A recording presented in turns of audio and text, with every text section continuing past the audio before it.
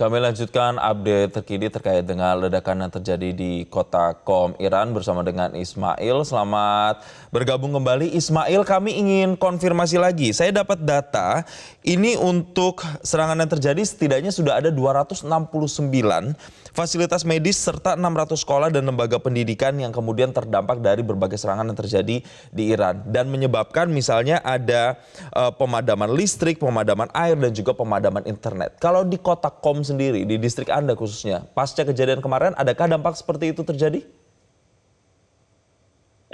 Mas Jason, kemarin ketika setelah ledakan sama sekali tidak ada dampak sebagaimana yang disebutkan, tidak ada pemadaman listrik, tidak ada pemadaman air, semuanya berjalan seperti biasa. Begitu ada ledakan, masyarakat setempat kami lihat keluar dari apartemen, mungkin menuju ke titik lokasi, sementara istri mengajak saya untuk melihat ke lokasi, tapi saya tidak menginginkan karena khawatir terjadi serangan susulan. Dan juga memang di sini aktivitas warga asing itu ada semacam pembatasan untuk tidak mengambil gambar dan video, sehingga kemudian kami tidak ikut dalam melihat langsung kejadian tersebut. Disebutkan bahwa pemerintah telah menyampaikan ke warga di sekitar lokasi kejadian kerugian atau dampak yang didapat atas ledakan ini sekecil apapun segera dilaporkan untuk mendapatkan ganti rugi dari pemerintah. Karena memang selama ini setiap warga yang terdampak itu mendapatkan ganti rugi, terutama tadi sebagaimana yang disebutkan bahwa tempat penginapan sementara sampai kemudian kediaman mereka berhasil direnovasi kembali, direkonstruksi kembali, itu mereka akan ditempatkan di hotel-hotel, lalu kemudian mendapatkan ganti rugi dari apa yang didapatkan, apa yang mereka derita dari kerugian yang mereka dapatkan dari ledakan ini. Berarti ada jaminan yang diberikan kepada warga yang terdampak di sana. Tapi kalau secara garis besar, secara keseluruhan di Iran sendiri, memang adakah pemadaman itu, pemadaman listrik, air, dan juga internet, terutama kalau yang informasi kami dapat ini di wilayah kota-kota yang ada di wilayah selatan Iran? Ya benar, kalau sempat kami dapatkan informasi dari teman yang ada di Teheran ketika kami mendapatkan informasi terjadi serangan di infrastruktur listrik. Dia menyebutkan bahwa terjadi pemadaman listrik selama sejam, lalu kemudian normal kembali. Karena memang di Iran ini instalasi listrik itu tidak berpusat di satu tempat. Itu terbagi dari beberapa bagian-bagian, bahkan ketika terjadi pemadaman listrik di satu kompleks yang lain masih tetap menyala, sehingga kemudian pada saat beberapa bulan yang lalu saat terjadi krisis energi, ada terjadi pemadaman bergilir, itu tidak serentak seluruh satu kawasan atau di distrik Padeusan ini mengalami pemadaman, tapi di bagian-bagian tertentu, di jam-jam tertentu, itu di hari sebelumnya sudah diumumkan. Itu pada musim panas, karena memang pada saat itu disebutkan ada krisis yang dialami oleh pemerintah, sehingga kemudian terjadi pemadaman listrik bergilir di Teheran, terutama juga di kota Qom. Lalu kemudian memasuki musim dingin, normal kembali, sama sekali tidak ada pemadaman listrik. Selama perang berlangsung dari awal perang sampai hari ini, di tempat kami itu hanya satu kali mengalami pemadaman, itu hanya sekitar sejam 2 jam saja. Baik, karena ini sudah banyak juga fasilitas kesehatan yang terdampak, kemudian juga terkait dengan inflasi yang terjadi juga di Iran dari sesaat sebelum ledakan atau sebelum perang ini terjadi. Bagaimana dengan akses penting seperti misalnya makanan dan juga obat-obatan? Apakah ini juga ikut terpengaruh kalau Anda melihat dan mengamati di sana, Ismail?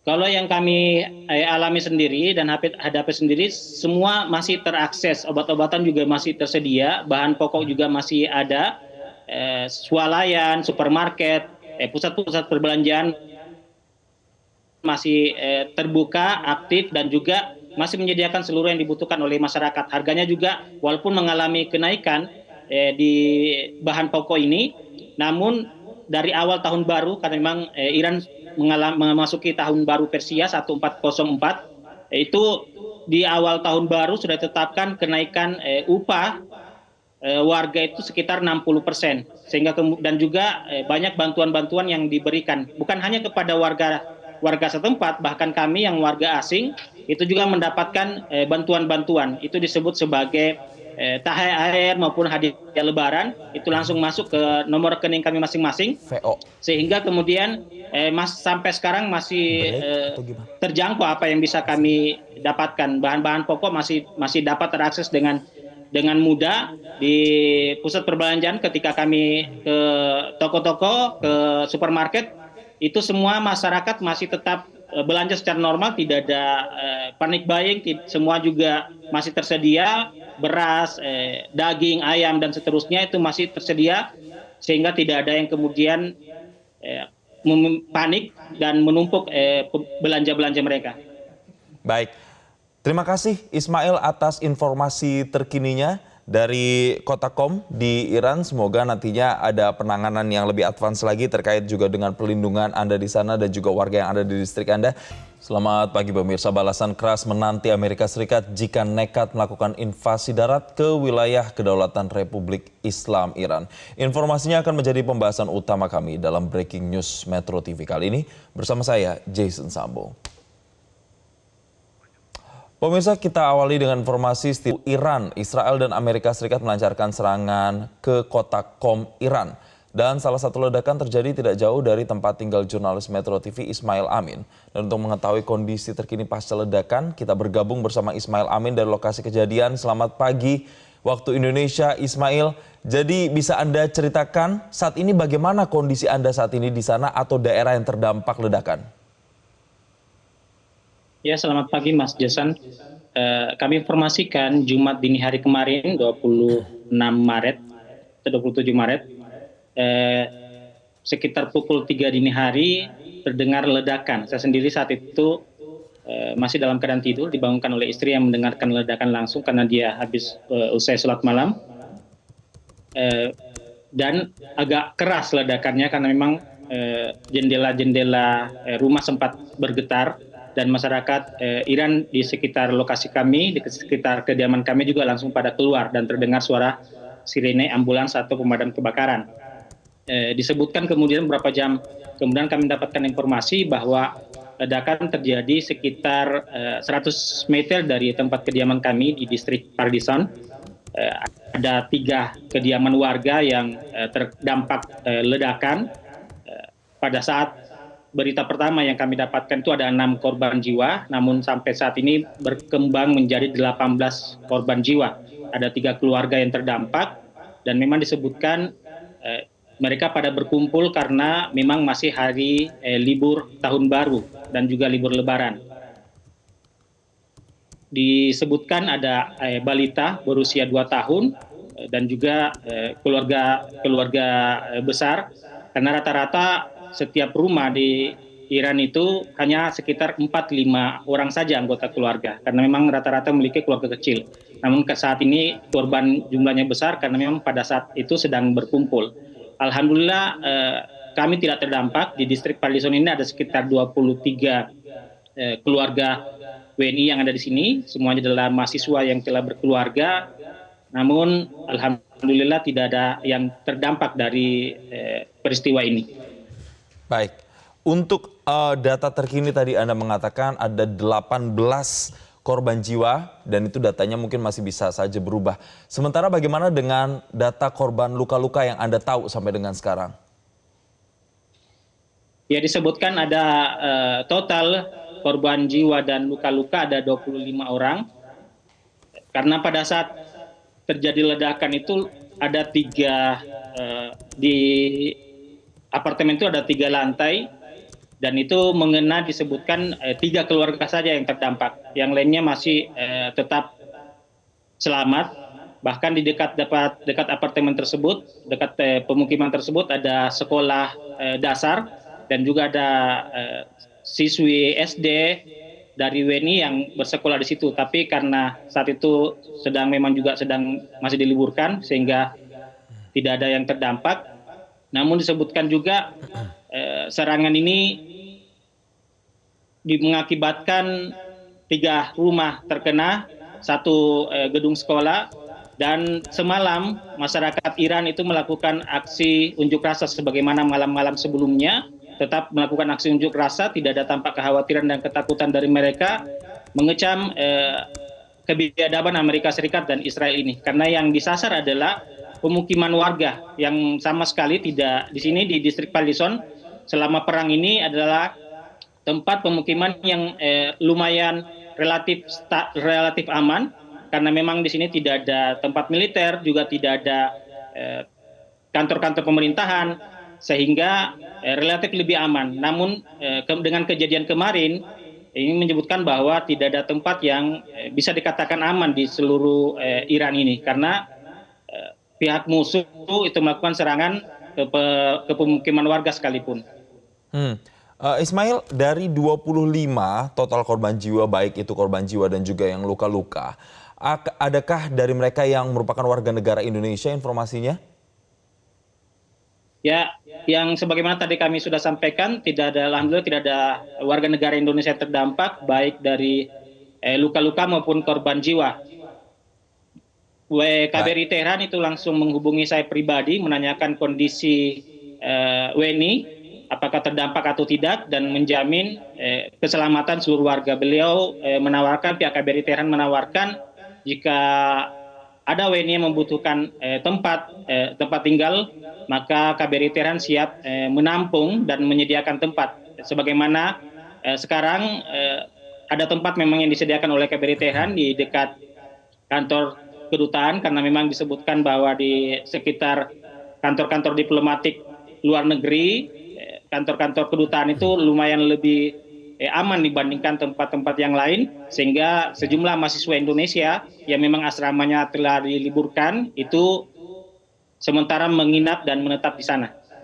Baik, sejauh ini tidak ada korban jiwa yang merupakan warga negara Indonesia yang dilaporkan. Kemudian bagaimana dengan yang Anda lihat dari kerusakan yang Anda sebutkan tadi, ada 3 rumah yang terdampak, ada 1 gedung sekolah juga yang terdampak. Apakah Anda sempat melihat kondisinya langsung di sana, seberapa parah, Ismail? Ya, sejak awal sekitar sejam 2 jam pasca ledakan, kami berusaha untuk melihat langsung titik lokasi, namun pihak keamanan sudah langsung memberikan garis polisi sekitar 50 meter dari tempat lokasi kejadian, sehingga kami tidak dapat mendekat. Sampai tadi malam juga masih tetap ditutup, sehingga kemudian kami tidak bisa mendapatkan gambar atau video dari lokasi kejadian, karena memang ada pelarangan ketat untuk mengambil gambar jika belum diinformasikan untuk diberikan izin, karena memang dalam setiap ledakan yang terjadi pasca ledakan itu sekitar sehari 2 hari masyarakat setempat itu juga memang tidak mendapatkan izin untuk mengambil gambar atau video. Namun setelah itu kemudian bisa diizinkan kalau dianggap sudah steril, karena dikhawatirkan sebagaimana di beberapa tempat itu masih ada bahan-bahan peledak yang bisa saja kemungkinan terjadi ledakan susulan. Baik, Ismail, apakah ledakan atau serangan yang terjadi di distrik Anda atau di wilayah di sekitar distrik Anda ini baru pertama kali terjadi ini pada Jumat subuh, atau sebelum-sebelumnya sudah pernah terjadi kejadian serupa?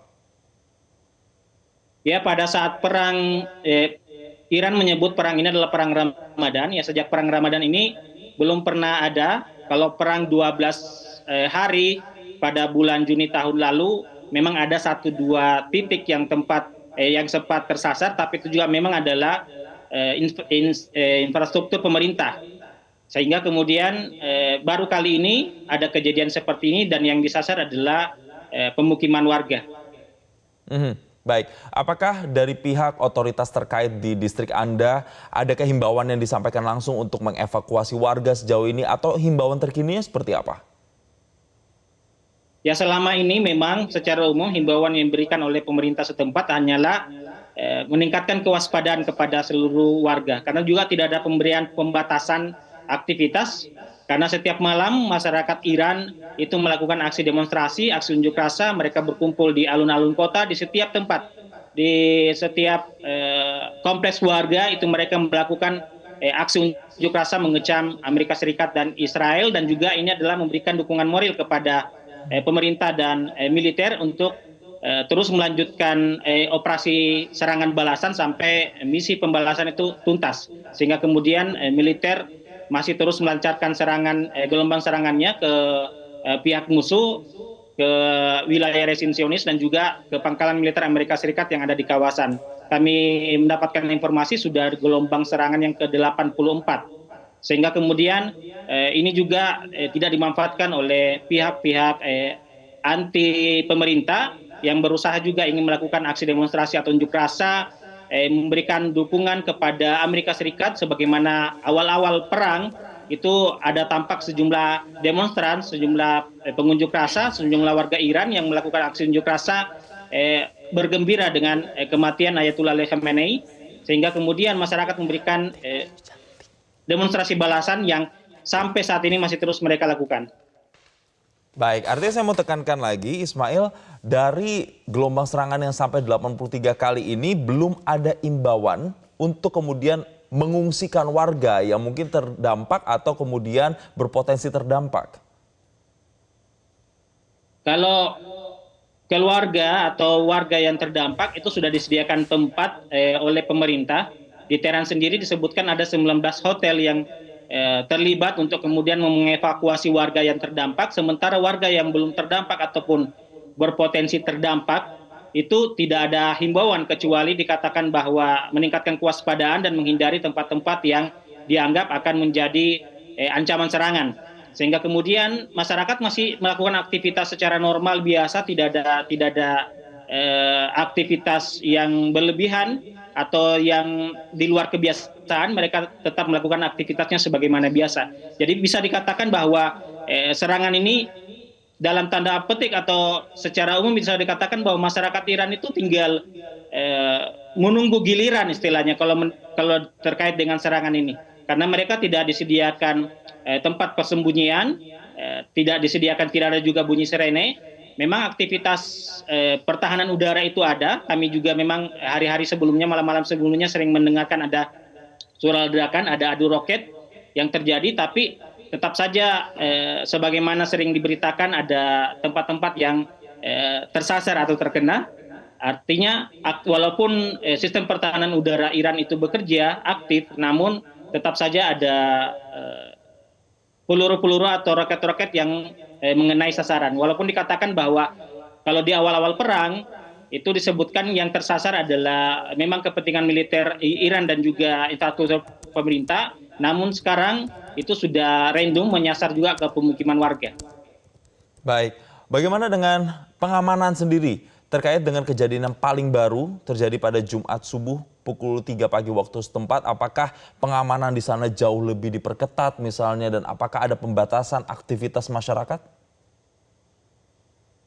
Ya, sebagaimana sempat saya katakan tadi, terjadi pengamanan yang begitu sangat ketat. Terjadi pembatasan sekitar 50 meter dari lokasi kejadian itu udah ada garis polisi, dan masyarakat setempat tidak dapat melakukan aktivitas ke tempat tersebut, semua dibatasi. Dan namun secara umum ya masyarakat masih menjalankan aktivitasnya sebagaimana biasa. Masyarakat yang rumahnya di sekitar lokasi kejadian itu juga masih tetap melakukan aktivitasnya. Pelarangan hanya sekitar tempat lokasi kejadian, dan juga sebagaimana kemarin karena memang hari libur sehingga aktivitas masyarakat juga memang tidak terlalu banyak, dan sekarang juga masih masa mudik, belum kelihatan sekali kota Qum, begitu juga kota Tehran itu ada pengurangan jumlah warga yang begitu sangat signifikan, karena memang rata-rata di kedua kota besar ini adalah pendatang, sehingga aktivitas tidak sebagaimana biasa karena memang jumlah warga cenderung lebih berkurang dibandingkan hari-hari sebelumnya. Baik, artinya sampai dengan sementara ini aktivitas warga masih dalam tanda kutip berlangsung normal begitu, karena juga memang masih terkait dengan aktivitas mudik di sana, belum banyak terlalu aktivitas yang menonjol di sana, tapi kami akan update lagi bagaimana perkembangannya terkini, termasuk juga tadi katakan ada aksi unjuk rasa yang juga berlangsung. Kami akan update usai jeda berikut ini. Pemirsa, tetaplah bersama kami di Breaking News Metro TV. Jelajahi cara baru mendapatkan informasi. Download Metro TV Extend sekarang.